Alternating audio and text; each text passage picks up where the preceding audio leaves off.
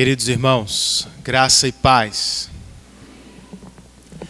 Eu estou feliz por estar com vocês nesta noite e pelo privilégio que tenho de repartir a palavra de Deus com vocês, jovens do nosso presbitério.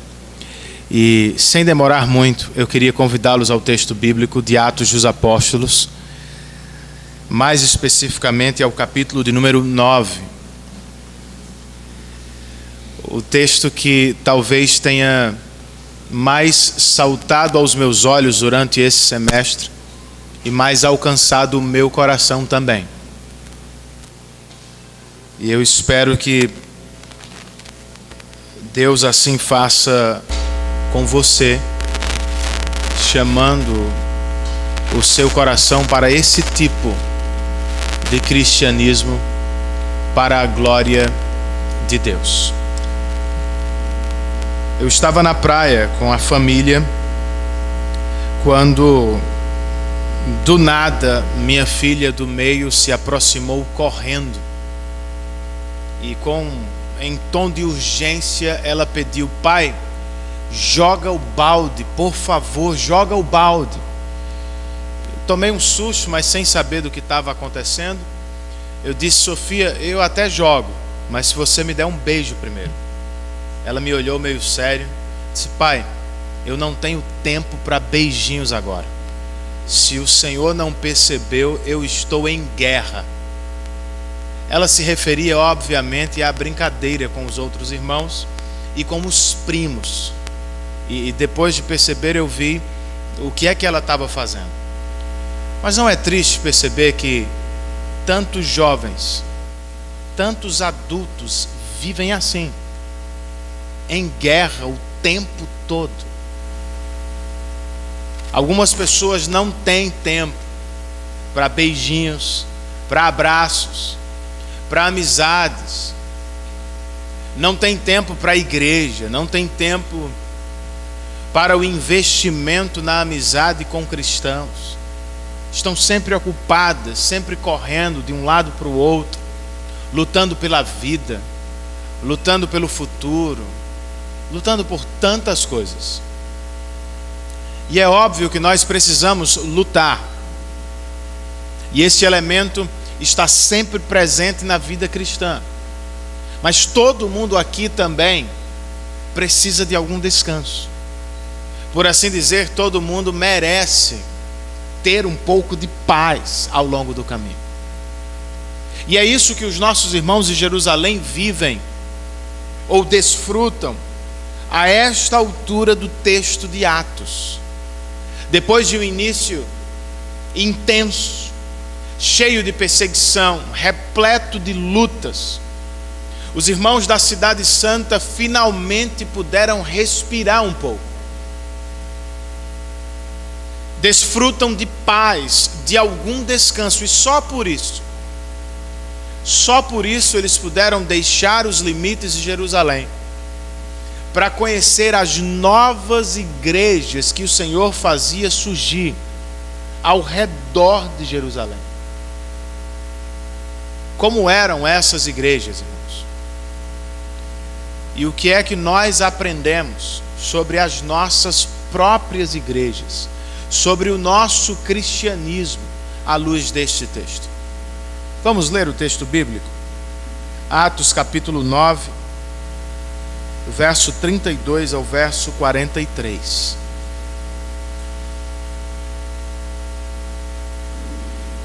O texto inspirado diz: viajando por toda parte, Pedro foi visitar os santos que viviam em Lida. Ali encontrou um paralítico chamado Enéas, que estava acamado fazia 8 anos. E disse-lhe Pedro: Enéas, Jesus Cristo vai curá-lo. Levante-se e arrume a sua cama. Ele se levantou imediatamente. Todos os que viviam em Lida e Sarona ouviram e se converteram ao Senhor.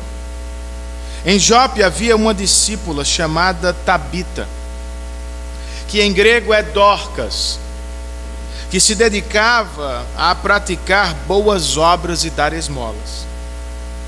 Naqueles dias ela ficou doente e morreu. e seu corpo foi lavado e colocado num quarto no andar superior. Lida ficava perto de Jope. E quando os discípulos ouviram falar que Pedro estava em Lida, mandaram-lhe 2 homens dizer-lhe: não se demore em vir até nós. Pedro foi com eles, e quando chegou foi levado para o quarto do andar superior. Todas as viúvas o rodearam.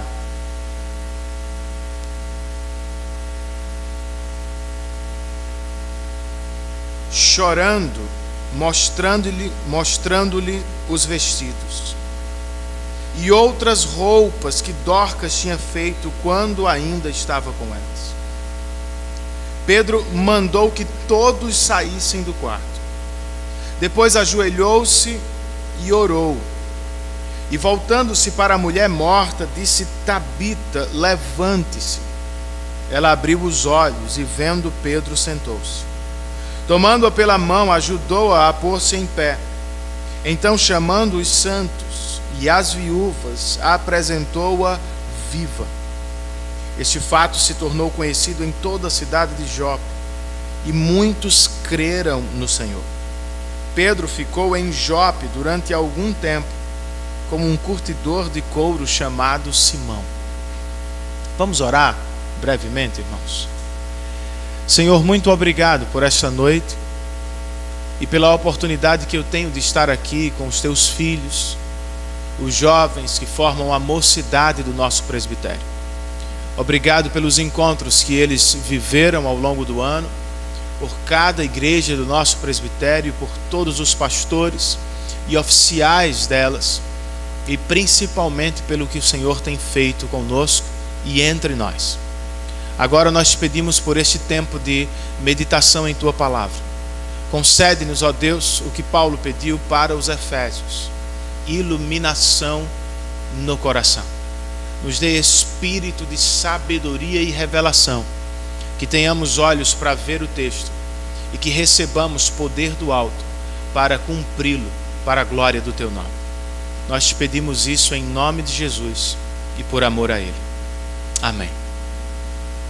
Depois de nos falar brevemente sobre o início do ministério de Saulo e de deixá-lo por anos em sua cidade natal, Lucas volta o foco de sua narrativa outra vez para Pedro. E é óbvio que, se você está lendo o texto de Atos em sequência, você se pergunta por que começar a falar de Saulo e retroceder para Pedro. Pois bem, a resposta é que Pedro, assim como Saulo, será muito importante para o avanço do evangelho na direção dos gentios, dos estrangeiros. Se Saulo, mais tarde chamado Paulo, vai ser o apóstolo dos gentios ou dos estrangeiros, aquele que vai levar o evangelho a tais pessoas, Pedro é o apóstolo que abre a porta da igreja para os gentios, antes mesmo que Saulo saia para evangelizá-los. Contudo, antes de voltar os nossos olhos para esse crescimento da igreja, o crescimento da igreja gentílica, Lucas nos apresenta aqui um breve relato do crescimento da igreja ainda nas terras de Israel e nas suas cercanias. Igrejas que estavam nascendo para além da cidade santa, mas não ainda em território gentílico distante. E ao nos levar a estas igrejas, obviamente ele nos convida a ver marcas de uma igreja saudável que crescia para a glória de Deus. E nós fazemos bem quando voltamos os nossos olhos para a Bíblia, a fim de procurar marcas de uma igreja saudável. Pois nos nossos dias, todos dizem ter uma nova visão para a igreja. Às vezes ficamos confusos, atordoados e sequer entendemos a igreja. Aqui estão marcas de uma igreja saudável. Obviamente que o texto não vai esgotá-las. Ele menciona apenas algumas. Ainda assim, são importantes e podem abençoar a nossa vida cristã e de maneira coletiva às nossas igrejas.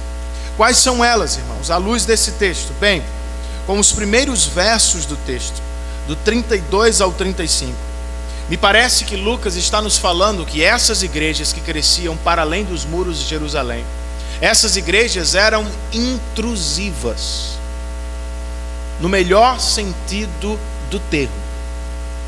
Elas se intrometiam na vida de seus irmãos. É o que Pedro está fazendo ao início do texto. De acordo com Lucas, o apóstolo Pedro viajava por toda parte, e fazendo esse movimento, ele foi visitar os santos que viviam em Lida. O que é que ele fez ao chegar? Ou ainda antes disso, o que o motivou a deixar Jerusalém, a sair visitando os santos por toda parte?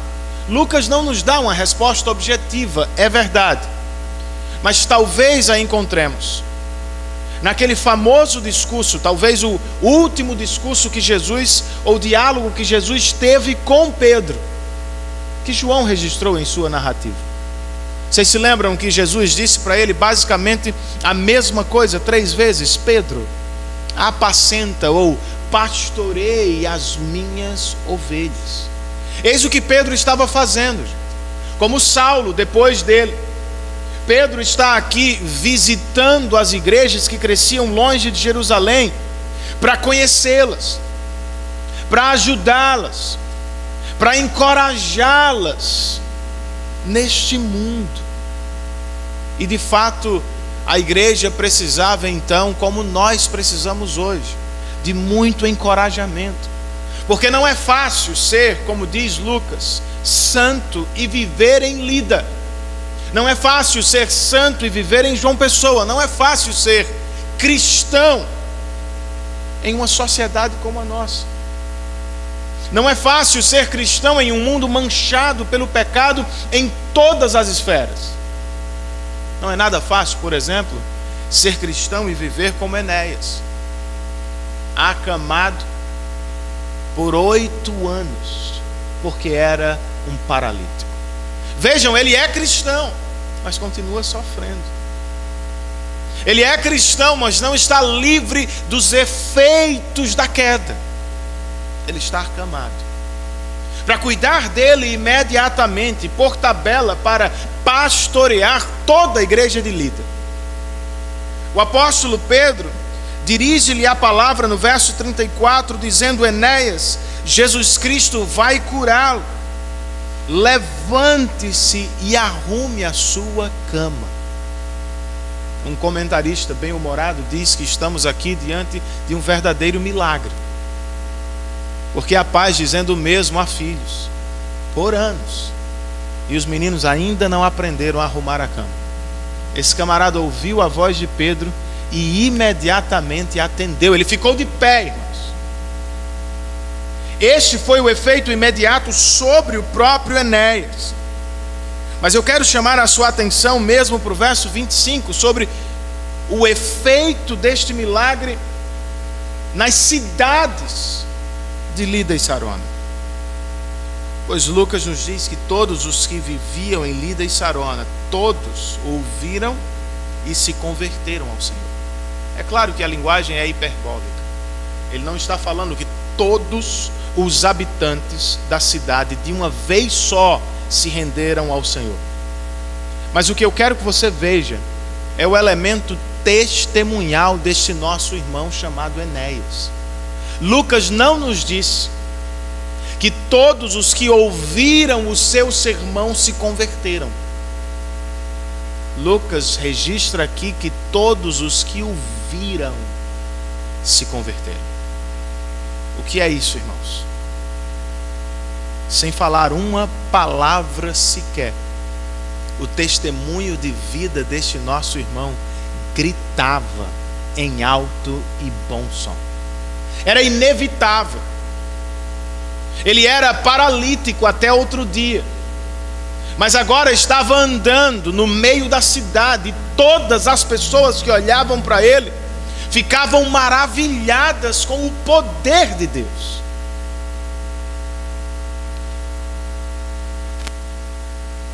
o que acontece com a sua vida, jovem, na faculdade? Essa poderia ser a sua vida na escola. A nossa vida ou o nosso testemunho causa algum impacto sobre as pessoas com quem vivemos diariamente. Em outras palavras, quando elas olham para vocês, quando as pessoas olham para mim, elas percebem mudanças drásticas no curso da nossa vida, no nosso comportamento. Eu espero que sim, pois em parte é o que significa ser santo e viver em Lida, ser santo e viver em João Pessoa.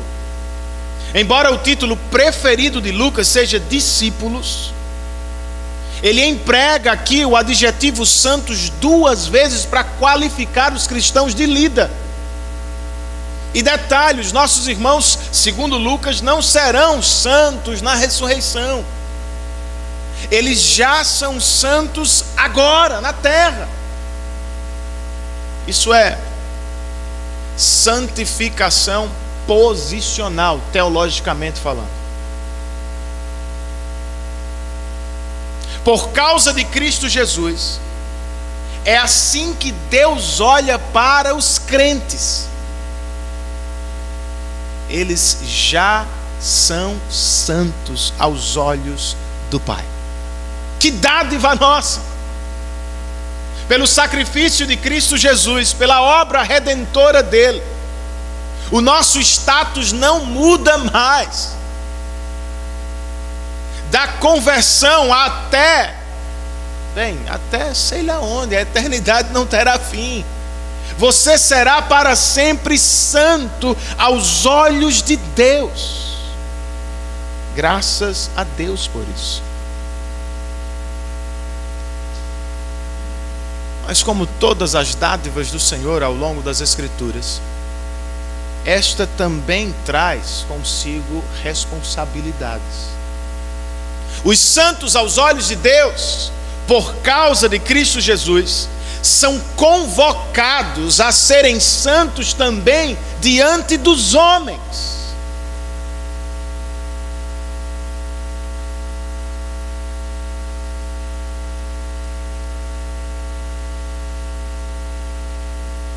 Mas é aqui que mora a dificuldade. Porque nós não somos tão santos quanto gostaríamos de ser. Nem sempre conseguimos ser o que queremos. Vez por outra estamos voltando aos mesmos pecados, caindo nas mesmas armadilhas. Nem sempre conseguimos ser esse testemunho poderoso que causa impacto sobre a vida das pessoas com quem vivemos. Por quê? Simples, somos santos aos olhos de Deus, mas somos santos no mundo. Somos santos lutando contra o pecado, suas tentações e seus efeitos. E é por isso, jovens, que precisamos de igrejas saudáveis e sérias, que não tenham vergonha de ser intrusivas na nossa vida. Nós precisamos de igrejas que sejam corajosas para nos dizer a cada final de semana o que nós precisamos ouvir, mas não queremos ouvir.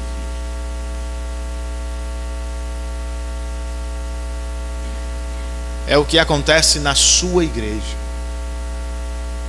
Porque Deus lhe deu um pregador fiel à palavra.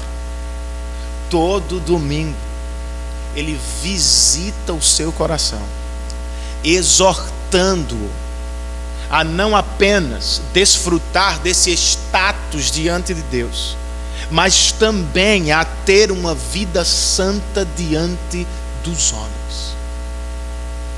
O nosso culto congregacional todo domingo é um instrumento nas mãos de Deus para discipular todos os cristãos de uma vez só.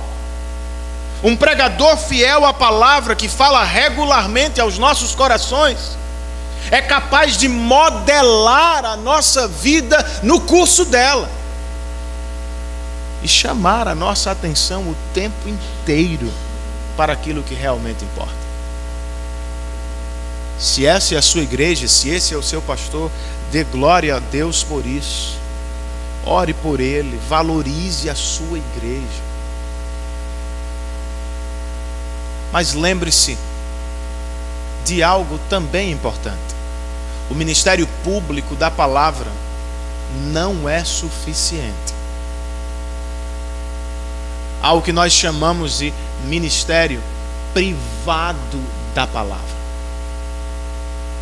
Você também tem a responsabilidade de ler a palavra constantemente e assim ouvir a voz de Deus que se intromete para santificar você. Nós todos temos a responsabilidade de ajudar uns aos outros na caminhada.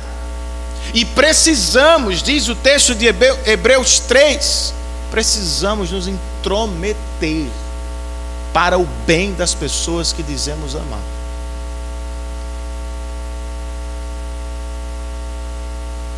Espero que você tenha amigos assim, corajosos o bastante de lhe dizer o que você não quer ouvir, mas precisa ouvir. Outra marca desta igreja, que crescia para além dos muros de Jerusalém, é a sua piedade prática. Algo do qual muitas vezes pessoas criticam a nossa igreja. Dizem que nós somos bons de teologia, mas nem sempre temos prática. Já ouviu isso? Vocês estudam muito bem? Se essa é a nossa igreja, eu não acredito que ela seja assim, mas se é, nós estamos errados. E esta igreja de Atos prova isso. Lucas nos fala no verso 36 que em Jope, outra cidade perto de Jerusalém, havia uma discípula chamada Tabita, que em grego é Dorcas. E esta mulher se dedicava a praticar boas obras e dar esmolas. É fato que Lucas fala muito mais de homens que são exemplos ao longo do texto, mas ele nunca esqueceu as mulheres. Aqui nós temos uma que era um exemplo de cristianismo prático.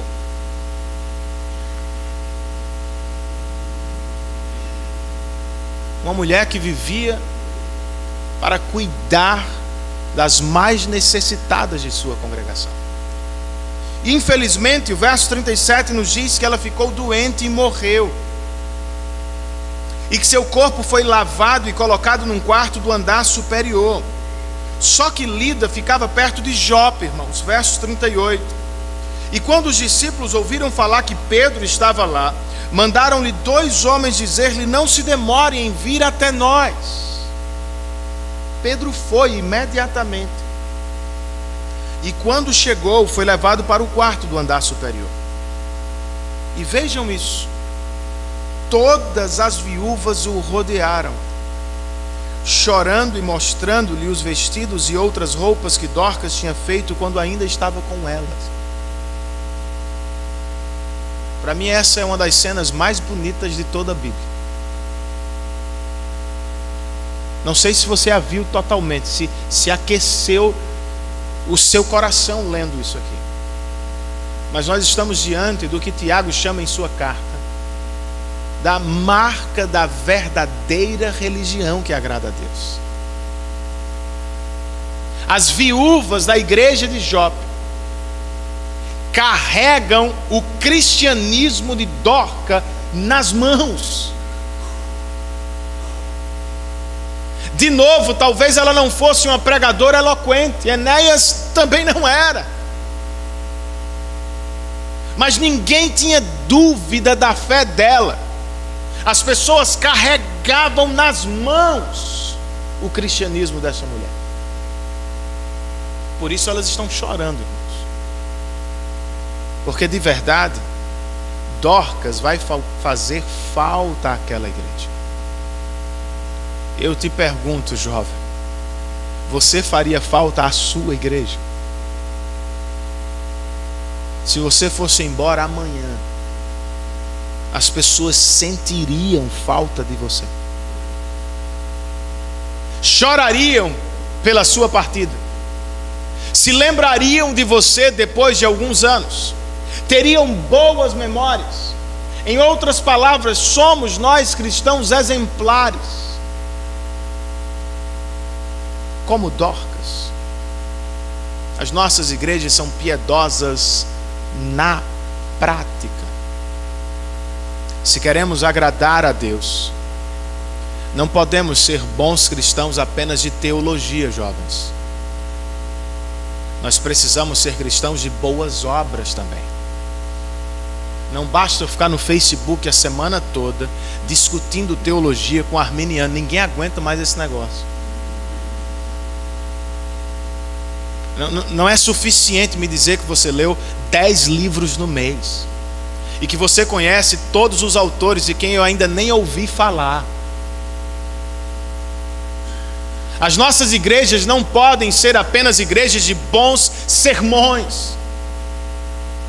Elas precisam estar cheias de ação para a glória de Deus e o bem das pessoas. Essa é a sua igreja. Esse é você, jovem. É com este cristianismo equilibrado, de boa teologia, que resulta em muita prática, que o seu coração está cheio nessa noite. Será que há alguém na sua igreja que pode carregar nas mãos o seu cristianismo? Ou que tem na mente prova de que você realmente é um seguidor de Cristo Jesus?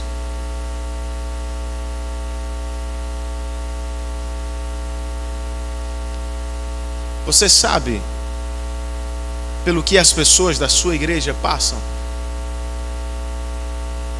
E do que elas precisam? Talvez esse seja um bom exercício para essa semana. E quem sabe para os próximos dias, quando nos aproximamos do Natal. Faça uma lista, não das pessoas mais felizes, mais radiantes, ou das que estão sempre à frente da igreja.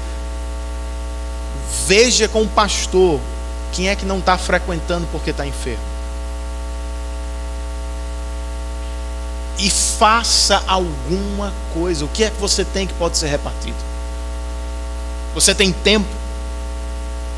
Você tem horas? Você tem lido 10 livros por mês? Assistido não sei quantas séries? Eu não sei como é que vocês arrumam tanto tempo na vida. Deixa uma série de lado e vai ficar com um idoso da tua igreja que está precisando de ajuda. Deus te abriu uma porta de emprego em algum lugar, tu sabe que tem um monte de gente na tua igreja que precisa de emprego. E talvez o chefe perguntou: você conhece alguém? Tu não lembrou? Como não? Pense nas pessoas que estão sofrendo na sua igreja. E como Dorcas, faça alguma coisa para aliviar o sofrimento delas.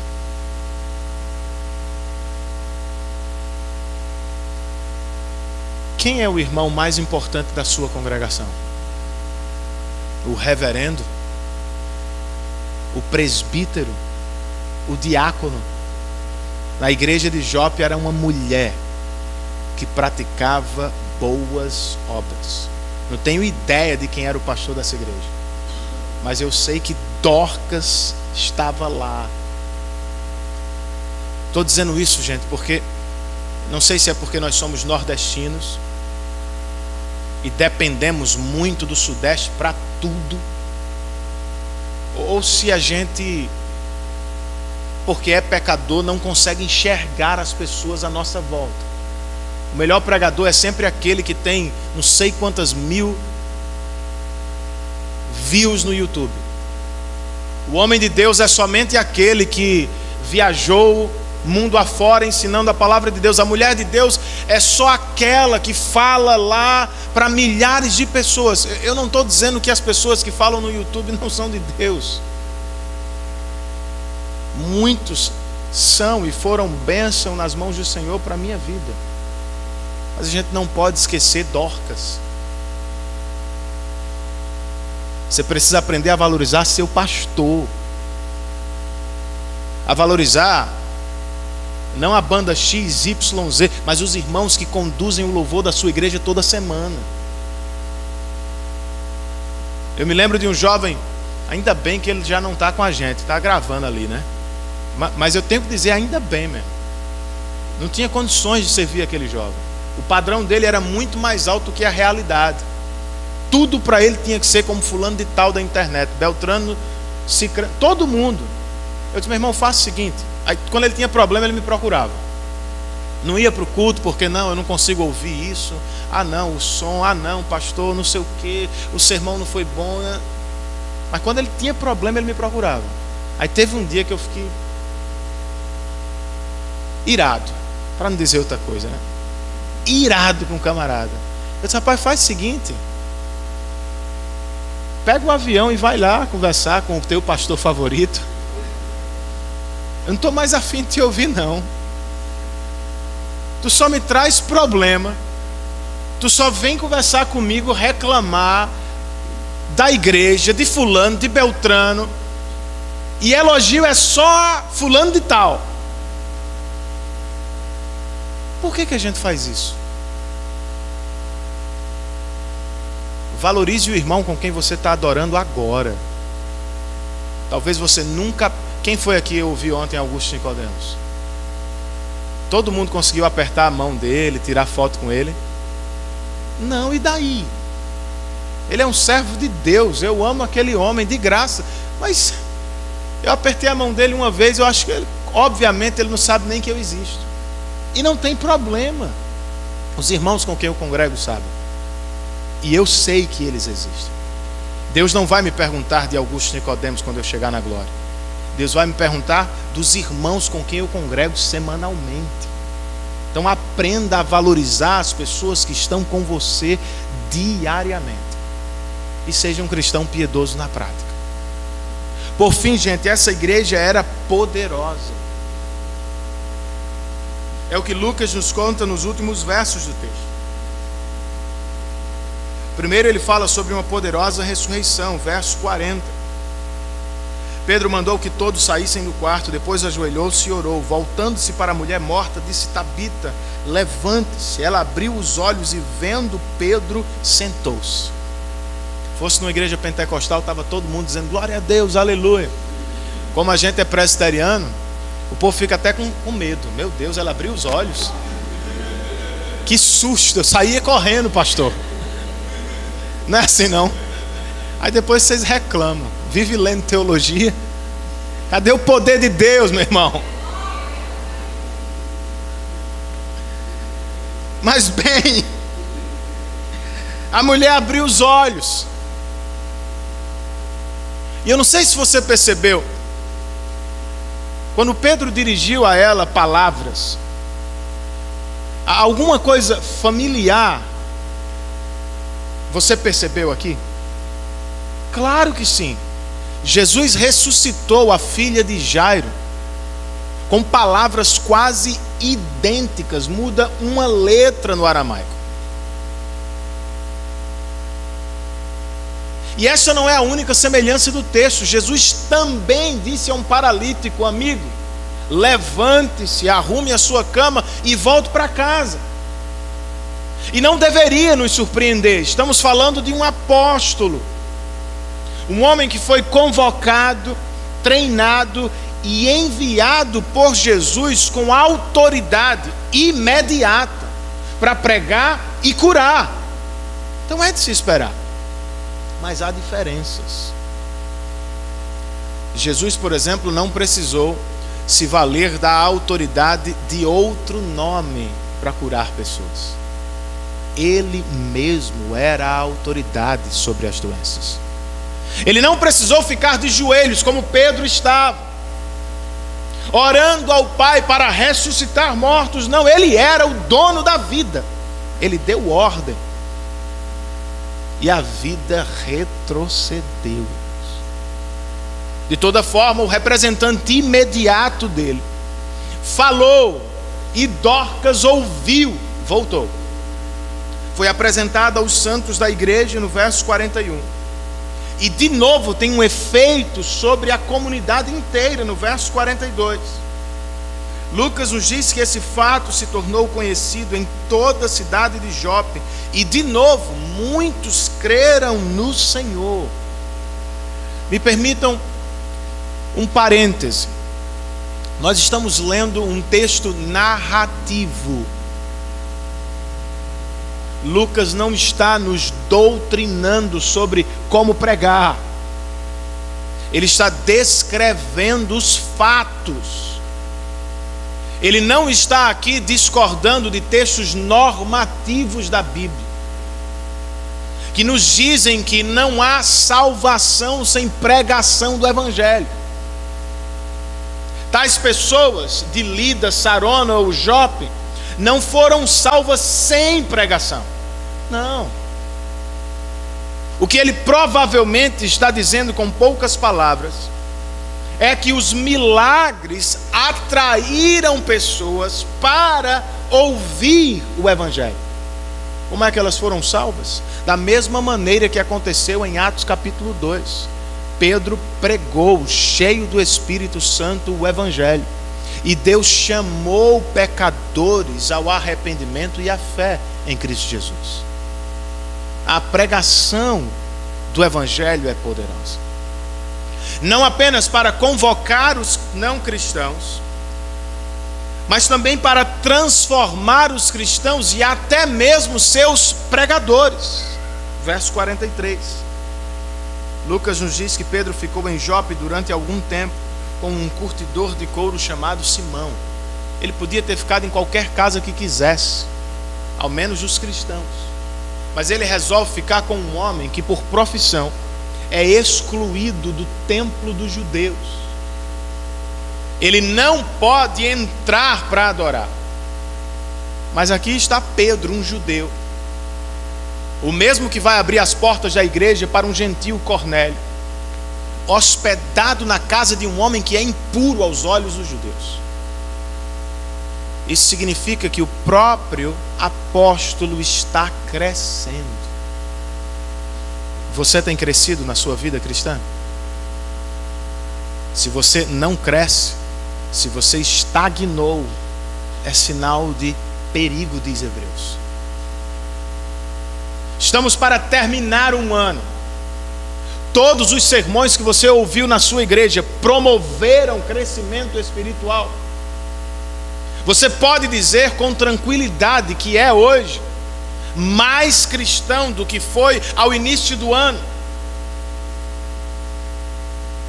Que você, em muitas maneiras, cresceu em Cristo durante o ano de 2018. Nós precisamos crescer. Nós precisamos ser cristãos poderosos, como eram esses cristãos aqui da igreja primitiva, irmãos. Poderosos não em destaque no mundo, poderosos não em alianças políticas, como às vezes queremos. Esses homens e mulheres aqui eram simples, viviam afastados dos holofotes, não eram chamados para os grandes banquetes de suas cidades, mas eles eram poderosos, irmãos. Por exemplo, em oração. Leia o texto de Atos, repetidamente você vai encontrar os irmãos orando. É o que o próprio apóstolo está fazendo aqui, ele está orando. Detalhe, ele está orando por um milagre poderoso. Nós somos cessacionistas, eu sei. Não cremos na existência de apóstolos como Pedro. Logo, nós não cremos que existam pessoas que, como ele, podem curar quando, como e a quem querem. Ok. Isso não significa dizer que não cremos no Deus que cura. Se você é capaz de crer em Gênesis 1, que descreve a criação do mundo do nada, o que é a cura de qualquer enfermidade para o seu Deus? Só que nos nossos dias é mais fácil procurar alguém que tenha o dom de curar, porque aí a gente não ora. Quem ora é a pessoa. Corremos atrás de alguém que diz ter o poder da cura. Não, irmãos. Se Deus não opera tanto quanto fazia aqui em Atos, ou como fazia em Atos, Ele o faz como Tiago nos ensina. Há alguém enfermo entre vocês? Chame os presbíteros, chame a igreja e ore pelo enfermo, crendo que Deus é poderoso para curar. Então, o que nós não queremos é orar. O que nós não queremos é perseverar na oração, é chorar na oração, é suar na oração, é lutar na oração. É mais fácil chamar alguém que diz ter uma varinha mágica. Não tem, irmãos. Você tem um Deus todo-poderoso. Sejamos também cristãos poderosos na pregação, pois foi ela e não os milagres que levou a salvação ao coração de centenas de pessoas naquelas cidades. Milagres são sinais que apontam para realidades além deles. Por exemplo, aqui nós temos duas coisas muito interessantes que podemos ver nos milagres deste texto. Por um lado, eles ilustram a própria conversão. Se você quer saber como é que Deus converte um homem, está aqui, em forma de ilustração. Por meio da pregação do Evangelho, o Espírito ressuscita mortos.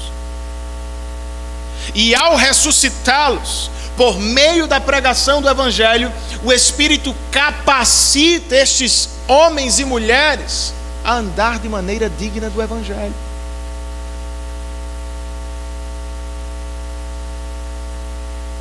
Então amanhã, quando você vier cultuar aqui, ou quando você for cultuar na sua igreja, não simplesmente vá em santa expectativa, crendo que Deus falará e que o Espírito vai chamar mortos para a vida em Cristo Jesus.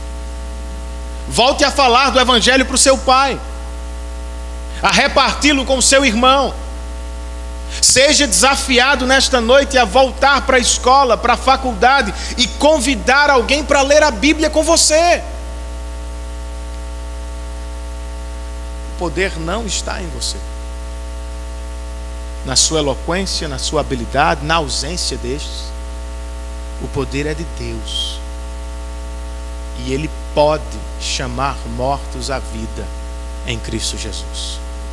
E enquanto isso, sejamos todos cristãos poderosos na esperança, pois milagres, como disse C.S. Lewis no século passado, são sinais da reversão da queda. Eles meio que nos levam ao jardim do Éden, e ao mesmo tempo são sinais da restauração de todas as coisas. Eles não são fim neles mesmos, eles são meios, sinais. Eles nos apontam para algo maior e melhor, não aqui, não agora. Quer você morra de câncer ou em algum acidente, em breve a morte nunca mais terá poder sobre você. A doença não vai mais atormentá-lo. Os pecados que vez por outra visitam o seu coração, machucam a sua alma, vão parar, vão cessar. Logo, enquanto você caminha nessa luta, nesse mundo caído e manchado pelo pecado, se lembre disso. Não vai ser assim o tempo todo. Em breve Jesus vai aparecer sobre as nuvens, meu irmão. E Ele, ao chegar, colocará todas as coisas em ordem outra vez. Lembre-se disso. Eu acho que é assim que a gente deveria viver o nosso cristianismo. A vida não é só luta, não é só batalha, não é só trabalho, não é só concurso, não é só patrão. Nós precisamos de algum refrigério, e eis que Deus nos concede algum agora. Quem sabe tirando os nossos olhos da vida e de tudo que temos vivido, de difícil, de pesado, e nos dando um vislumbre da igreja que nós deveríamos ser. Mais do que um plano de governo, mais do que uma ideia brilhante de alguém, gente. Essa é a solução de Deus para um mundo caído. Uma igreja simples, bonita, que se ama tanto, que extravasa amor para a glória de Deus e para o bem das pessoas à sua volta. Então que Deus nos abençoe ao final deste ano, e que de alguma maneira sejamos cristãos mais intrusivos para o bem, mais piedosos na prática e mais poderosos em nossa espiritualidade. Que Deus os abençoe em Cristo Jesus.